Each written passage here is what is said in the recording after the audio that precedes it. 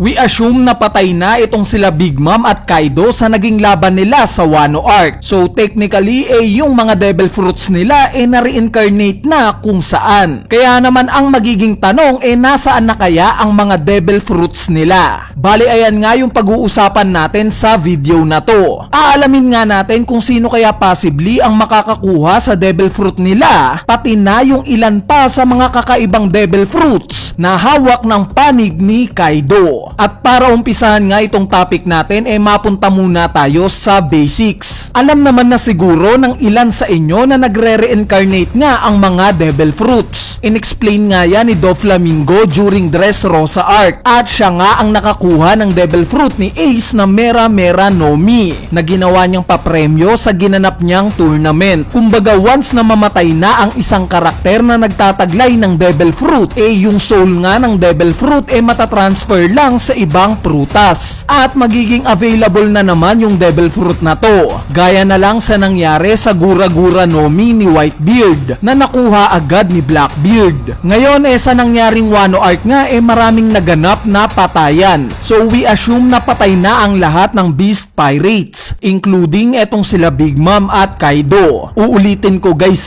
i-assume lang natin since wala pang ang malinaw na paliwanag kung patay na ba talaga sila. Bali ang una nga nating talakayin na Devil Fruit etong Fish Fruit Model Azure Dragon ni Kaido. Kung sakali nga at umusbong itong Devil Fruit ni Kaido, may tatlong karakter nga akong nakikita na pwedeng babagay sa Devil Fruit na to ni Kaido. At sila nga sila Momonosuke, Yamato at Blackbeard. Unahin na nating pag-usapan itong sila Momonosuke at Yamato. Dahil nga sa Wano namatay itong si Kaido, logical lang na isipin na sa Wano talaga magpapakita itong Devil Fruit ni Kaido o dito magre-reincarnate itong Devil Fruit na to. Alam naman na natin yung rason kung bakit hindi sumama itong si Yamato sa Straw Hat Pirates at nagbago ang isip niya. Dahil nga yan sa gusto pa nga daw niyang libutin itong buong Wano since hindi nga niya yun nagawa nung time na buhay pa si Kaido. Kaya probably ito yung pwedeng maging rason kung bakit siya ang makakahanap ng Devil Fruit ni Kaido. Sa part naman ni Momonosuke dahil nga sa siya na currently ang shogun ng Wano, safe to say nga na kung sino man ang makakakita ng Devil Fruit ni Kaido, malamang na ire-report muna sa kanya. Kaya possible din na siya ang makakakuha ng Devil Fruit na to. So malamang nagtataka kayo kung bakit silang dalawa yung sinuggest ko sa makakakuha ng Devil Fruit ni Kaido. Gayong parehas ngang Devil Fruit users itong dalawa na to. At sobrang labo nga na makain pa nila to. Bali ang sagot nga dito hindi naman sila mismo ang kakain neto. Bagkos yung mga armas nila. During Alabasta Arc at Enies Lobby Arc nga nakakita na tayo ng mga weapons na nagtataglay ng Zoan Devil Fruits. At ayan nga sila Lasso at Fang Freed. Kaya naman possible nga na kung sino man sa dalawa na to ang makakuha ng Devil Fruit ni Kaido, i-acquire nila ito sa mga sandata nila. Si Momonosuke nga currently nahawak itong Amino Habikiri na isa sa espada ng tatay niyang si Oden. Sa mga hindi nakakaalam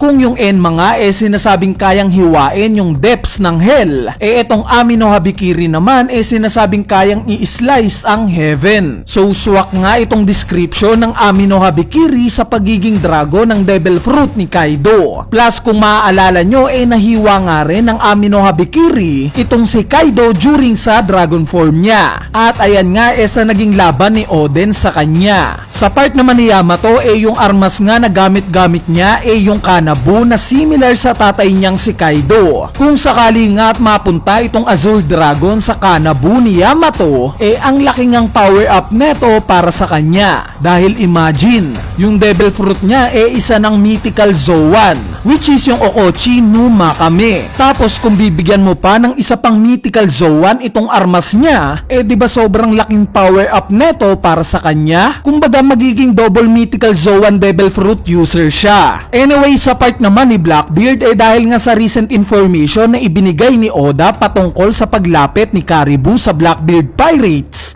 kung sakali nga at patulan ito ni Blackbeard malamang na isa itong Wano sa pupunteryahin niya. Since nandito nandito nga yung Pluton. At pwede ngang mag-pop up sa isip niya na bukod sa Pluton, may isa pa siyang makukuha sa Wano. At ito nga yung Devil Fruit ni Kaido. Kung sakali nga at makuha ito ni Blackbeard at makain, panigurado na magiging sobrang overpower niya. Dahil yung mga taglay nga ngayon na Devil Fruit ni Blackbeard isang Lugia type, which is yung Dark Fruit. At ito nga yung sinasabing pinakamalakas na Lugia Devil Fruit. Yung isa pa nga niyang Devil Fruit isang Paramisia na Gura no Mi, na sinasabi namang pinakamalakas na Paramisia Devil Fruit. Ngayon kung makain pa nga niya itong Devil Fruit ni Kaido na Fish Fruit Model Azure Dragon, kompleto na itong tatlong types ng Devil Fruit niya. Ngayon mapunta naman tayo kay Big Mom. Dahil nga sa recent appearance niya sa One Piece Film Red, maraming ang fan including na ako ang naniniwala na buhay pa siya. Pero for the sake nga ng topic natin, i-assume muna natin na patay na siya. At yung Devil Fruit niya na-reincarnate na. So ang tingin ko ngang kakain ng Devil Fruit ni Big Mom si Kozuki Sukiyaki. Sa latter part nga ng Wano arc ni-reveal na itong si Sukiyaki pala at si Tenguyama Hitetsu iisang tao lang. Ang rason nga ng pagbabalat kayo niya dahil sa naa-ashame nga daw siya at hindi niya na ipagtanggol ang Wano mula kila Kaido at Orochi. Kaya naman ang idea nga dito dahil nga sa mahina itong si Sukiyaki, bagay nga sa kanya itong Soul Fruit para mapunan itong kahinaan niya. Plus magagamit pa nga niya yung kakayanan neto na bumuhay ng mga homies bilang tulong sa muling pagbangon ng Wano mula sa kahirapan na dinulot ng pamamalagi dito ni Kaido. Ang next Devil Fruit naman na pag-uusapan natin itong Hibi no Mi na pagmamay-ari ni Orochi. Unlike nga kila Big Mom at Kaido na hindi tayo sigurado kung patay na ba sila o buhay pa, itong si Orochi nga sigurado tayong patay na. Since nakita nga natin kung paano siya pinatay ni Denjiro. At speaking of Denjiro, siya nga ang tingin kong makakakain ng Devil Fruit ni Orochi. Isa nga itong si Denjiro sa mga scabards na walang Devil Fruit. Alongside Ashura Doji, sila nga yung tingin kong dalawang pinakamalalakas sa mga scabards. Pero sadly, namatay itong si Ashura Doji. Kaya naman para nga mag-level up pa itong si Denjiro, pwede nga niyang kainin itong Devil Fruit ni Orochi. Nang sa ganon, mas lumakas pa siya. Nakita nga natin yung weakness niya during sa paghaharap niya kay Admiral Green Bull. Kaya naman para sa akin, need pa niyang mag-power up. Sa part naman ng Devil Fruit ni Kanjuro, which is yung Brush